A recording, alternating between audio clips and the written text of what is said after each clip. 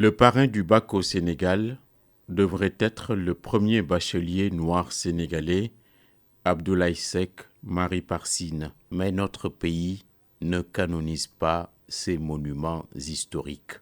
On comprend un peu pourquoi nous ne sortons pas de l'ornière. Ce grand Saint-Louisien est contemporain de Blaise Diagne, avait quasiment décroché la lune en ces temps-là en accomplissant ce miracle.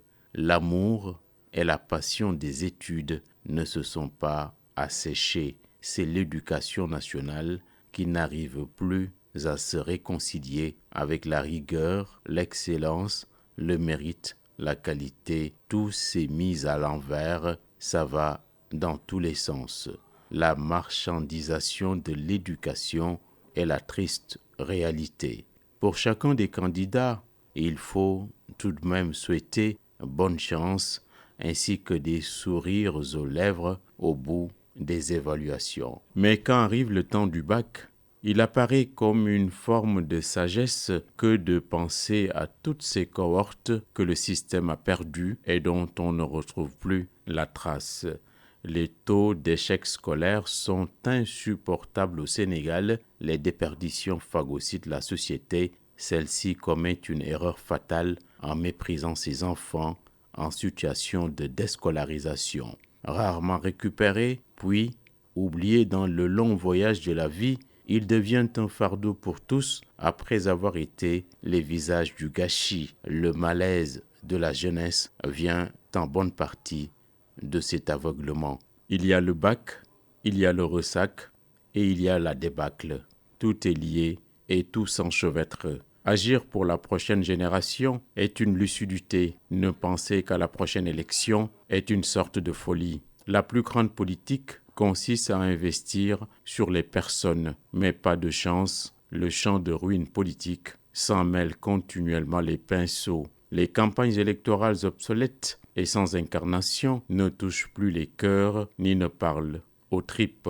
En juge de paix, les électeurs voteront sereinement le moment venu avec la tête. Une 9e coalition intervient toutefois dans la course. Elle est celle de la vie chère et de la détresse sociale.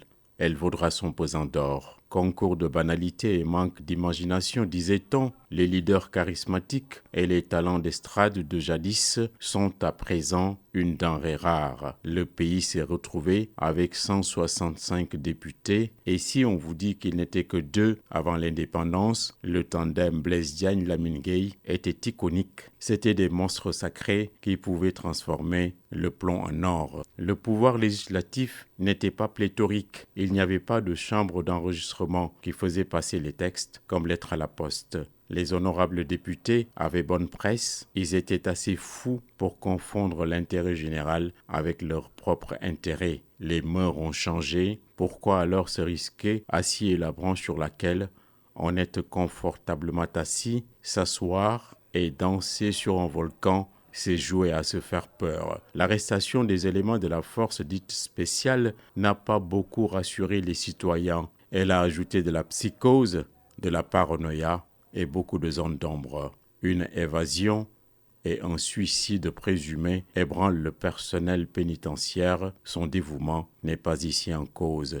Il s'est senti frustré et ostracisé avec les récentes augmentations de salaire. A-t-il baissé la garde? Y a-t-il eu négligence ou connivence? Le président de la République ne manquera certainement pas de couper des têtes.